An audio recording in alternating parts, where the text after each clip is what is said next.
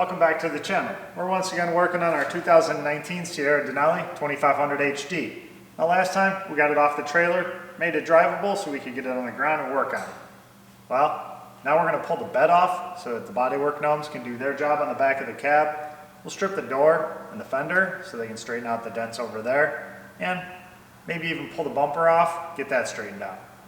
Let's get started. First thing we're going to do is pull the filler neck out. Pull the cap off. There's just a little plastic retainer. Pop it out of there. That way we can put the cap back on and seal up the fuel system once the bed is off. A couple of screws on the filler neck.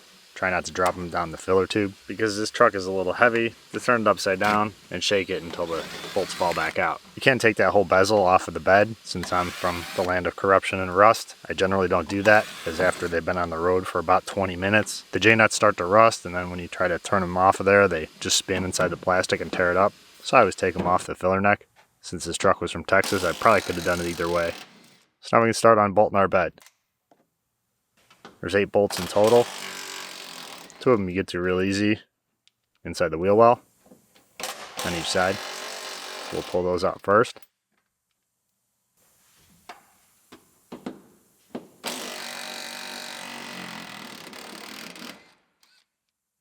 Now we'll disconnect our wiring harnesses.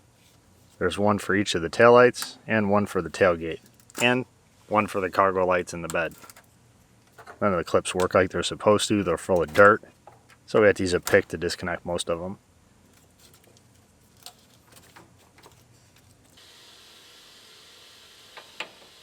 Now we can unbolt the bed bolts in the rear. There's a long extension. It goes through the trailer hitch, through the frame, and then up into the bed. Now we'll play a little game of operation and try to get out of there without dropping it on ourselves.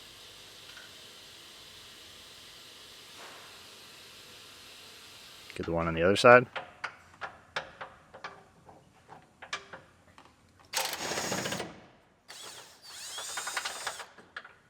And now we get the ones up in the front.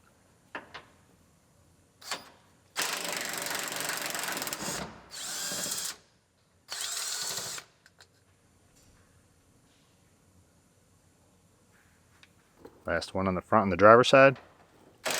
And our bed's ready to come off. Pretty simple. I ordered a pizza, so hopefully the pizza girl shows up and we can get this bed off. But while I'm waiting for delivery, let's take some more of this apart. Pull the closeout panel off the front.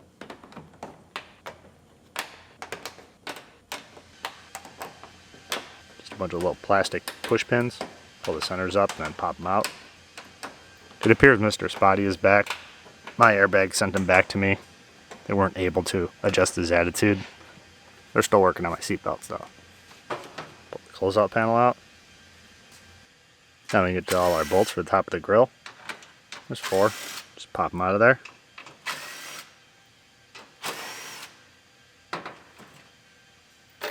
There's a couple of pins, so you kind of lift up a little bit. We'll slide off the pins. And that one's broken. So now we'll do our wiggle and pull. Snap all the clips off. Our grill is broken, so I am going to have to replace it. It'll make a nice artwork addition to my office, because it's pretty expensive. So now our headlight mounting panel's a little smashed from whatever they hit with the grill. This was done before the accident. This wasn't from the accident. I could tell because somebody tried gluing the grill back together. You generally don't jump your truck and rip the suspension off it and then worry about fixing the grill. So we'll pull the mounts out a little bit so that our new grill will fit where it belongs. Hammer and dolly them flat. And the pizza grill's here. So we'll take the bed off. Our little bed lift in there.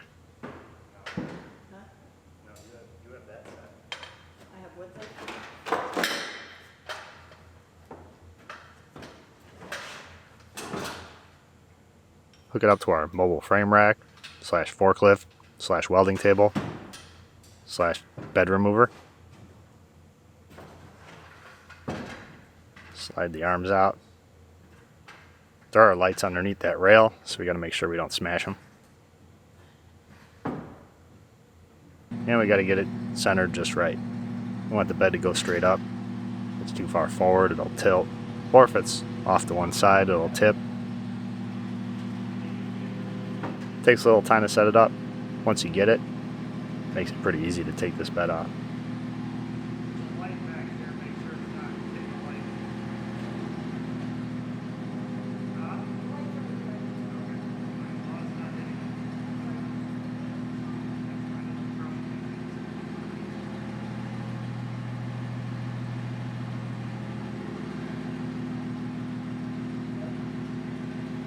Think we got it?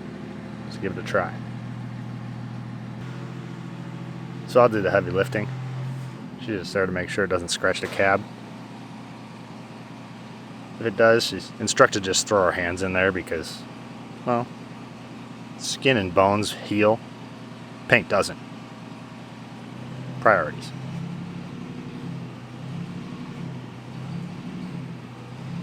Lift it up. Just got to clear the tires. To back it up. Also have to make sure we don't rip the garage door opener that's right above the forklift off the ceiling.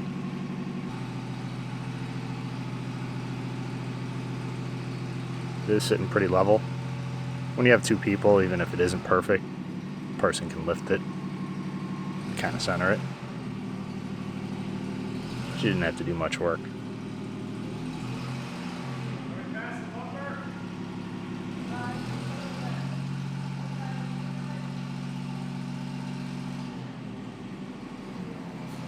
Now we'll put it on our little bed cart. That way we can just wheel it around the shop wherever we need it, or don't need it. Probably just stick it outside.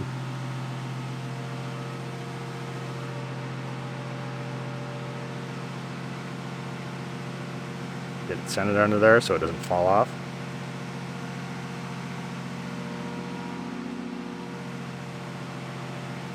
There's a bed lift similar to this in my Amazon store. It can also be used with engine hoists if you don't have a forklift handy. You just might have to remove the tailgate.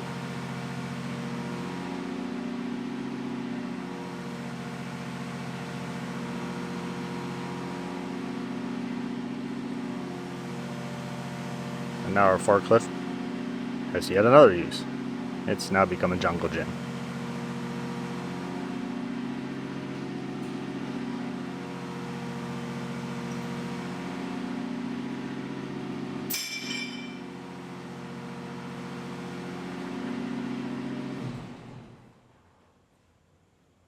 So now we can pull our bed off to the side. Now that's out of the way, the bodywork gnome can straighten the back of the cab, and the painting gnome can paint it. I'll let the forks down before I walk into them, since the safety experts haven't bothered to tell me I need to be wearing a helmet with a full face mask.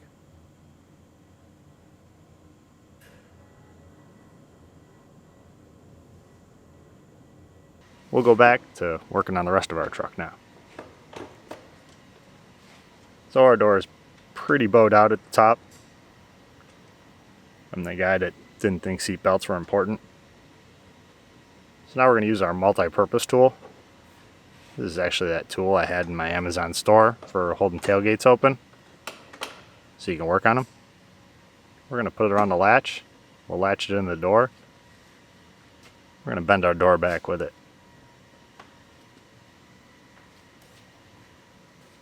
You might want to pick one up soon. Once they figure out this tool has multiple uses, they're going to up the price. So we'll just hold it in place. We'll bend it back. It doesn't take much. We'll unlatch it, close it up, and see how close we got. If we need to go a little more, we'll go a little more. And if we went too far, we can just throw a gnome at it from the inside.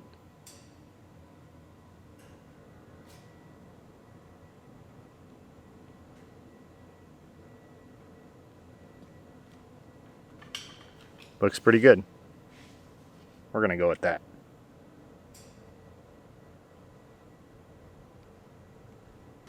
So now we're going to finish pulling our front bumper off. To unplug the harness in the front for the parking sensors. It's full of dirt. Imagine that.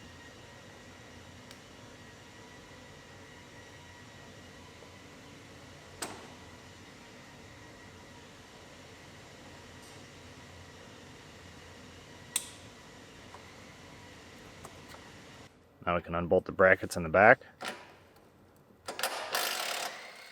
One on each side. And then we can unbolt our 4 bolts in the center. 2 on the top, 2 on the bottom.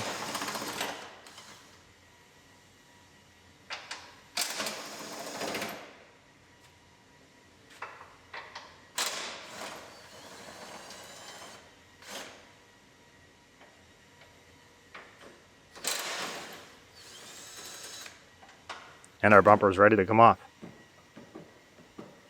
A little wedged in there. Bracket's a little bent. We'll get it. So while we're here, we'll pull off our wiring harness for our charging system on our trailer.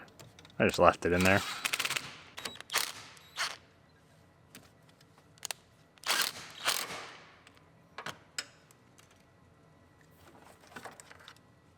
So even though our battery charger didn't work, I'm going to put it on a slow charge. Sometimes you bring the batteries up with a trickle charge, it'll save them.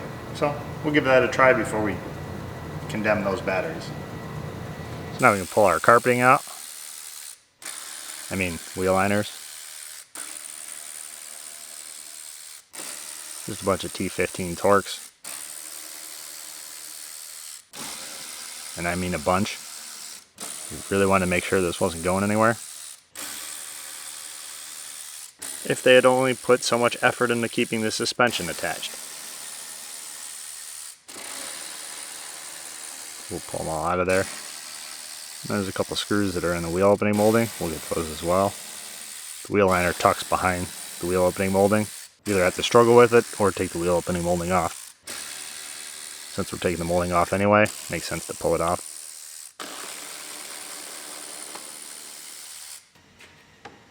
So we'll pop the clips out of the molding. And we get a free wheel liner.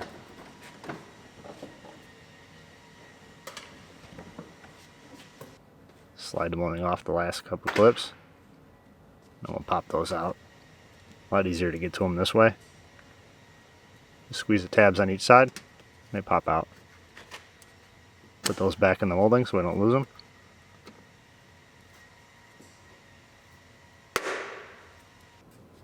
I'll make our template for our nameplate on the door.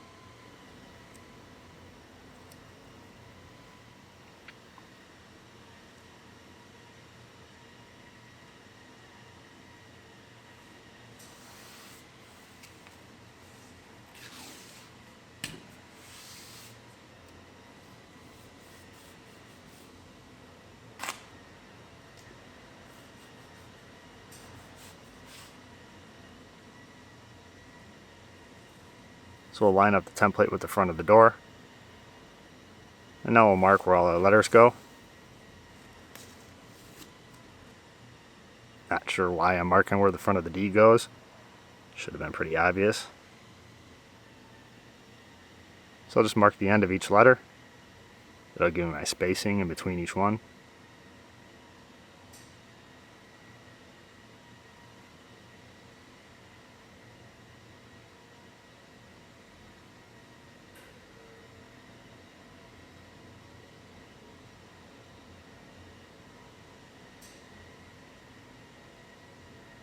Then we'll mark each letter where it goes on our template so I don't end up spelling random words.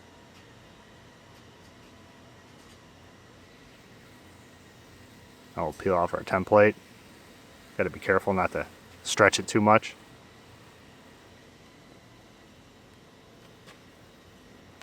So you just kind of pull it off nice and steady.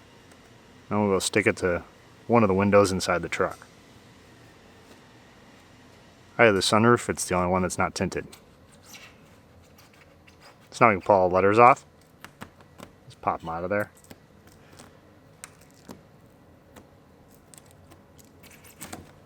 And now our body side molding. This all has to come off anyway, so I might as well take it off now. You don't want to pull too hard on that body side molding because it will bend and crack. to keep a little tension on it. Just pull it out. While you slide the scraper underneath it and cut the two-sided tape.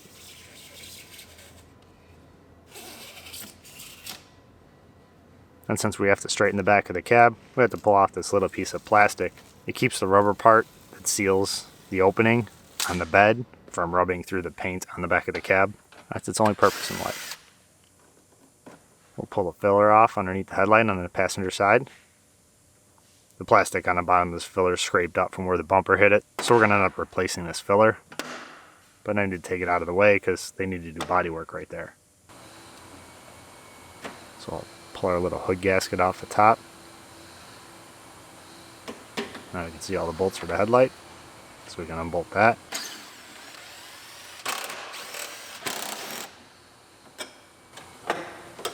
Pop it out of there, unplug it.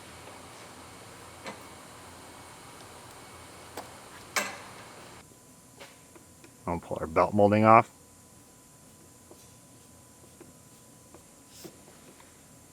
There's one screw in the back and a bunch of clips across the top. Slide it out from under the mirror because I don't want to take the mirror off yet. And now we can clean off all of our glue from our nameplates. I left the window in the door, I left the mirror on the door because they're going to be doing body work on it and I want to keep the dust out of the cab as much as possible. So that's why I didn't totally strip down the door. Just enough that they can do all their work and the moldings and nameplates won't be in the way.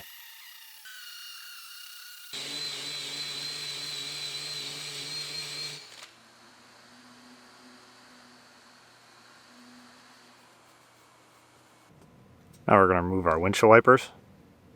Pull little caps off, unbolt them. Just wiggle them around a bit.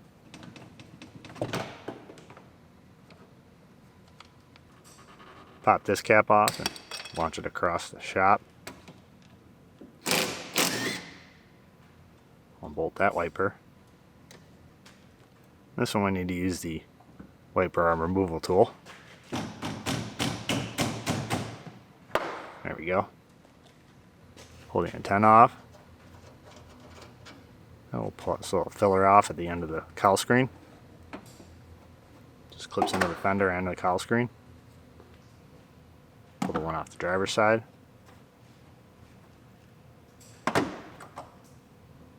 And now you can pull our little plastic push pins across the top off. I have to take all this stuff off so I can remove the windshield. I'm not looking forward to that, but it has to be done. The windshield's cracked. And we have to get our headliner out somehow. So once all our plastic clips are off, pull that cowl screen up, disconnect the washer hose.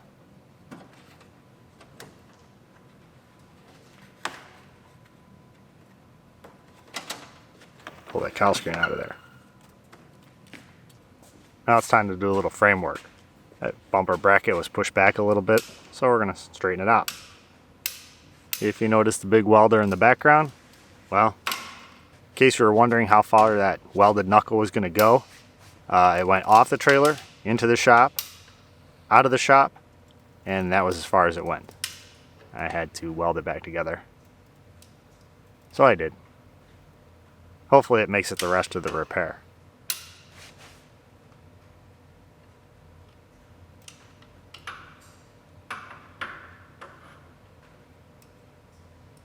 So we're just going to pull the bracket straight until it matches the other side. There's a little bit of adjustment. There was probably enough that I could have gotten it just using the adjustment on the bumper. I still want to straighten it out just in case. I don't like putting the bumper back up and then having to take it off again. I could have just spent 5 minutes doing this. Besides, our mobile jungle gym here was already parked there, so.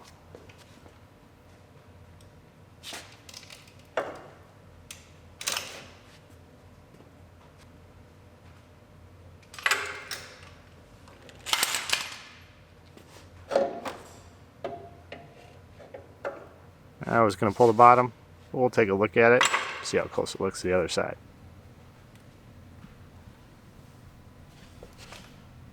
We have some room on the top now.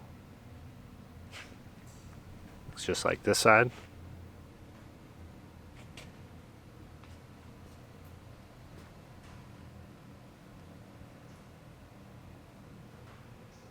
And we have just as much room in the back on both sides.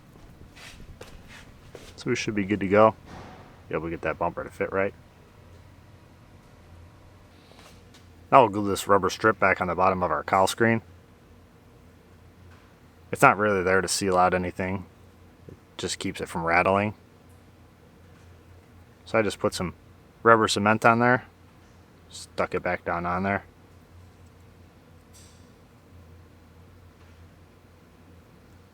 A little bit more to go on the end here. We'll do this now. By the time we go to put this cowl screen on in a couple days, that'll all be dry.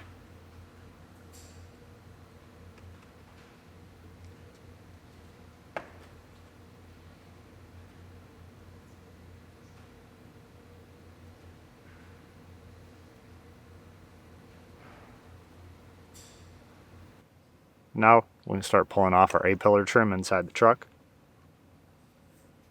There's 2 caps on each of the grab handles. Now we can get to the screws. Pop those off of there. And the trim pops out. Okay, the trim is supposed to pop out. This one likes it in there.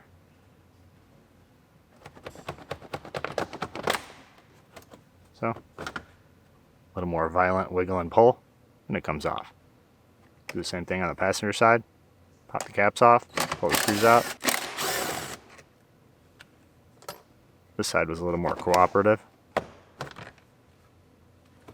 Pull the side of the dash off, so we can see our wiring harness, or at least part of it. And I can remind myself why I hate these headliners. Pull the rear view mirror off and our camera. First pull the bezel down.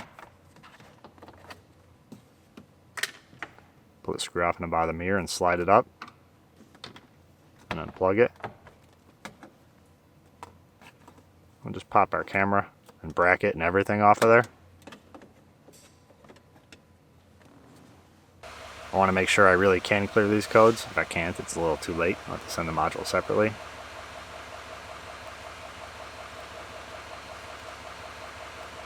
But there's our code 52. That's the only hard code. All those other codes will disappear when I fix the problems, but that one won't unless you actually clear it. So we cleared it out. So we have our truck all stripped down. We're waiting for the bodywork gnomes. As soon as they come in and do their job, we can get ready for the painting gnomes. So that's it for this video. Thanks for watching, and I'll see you soon.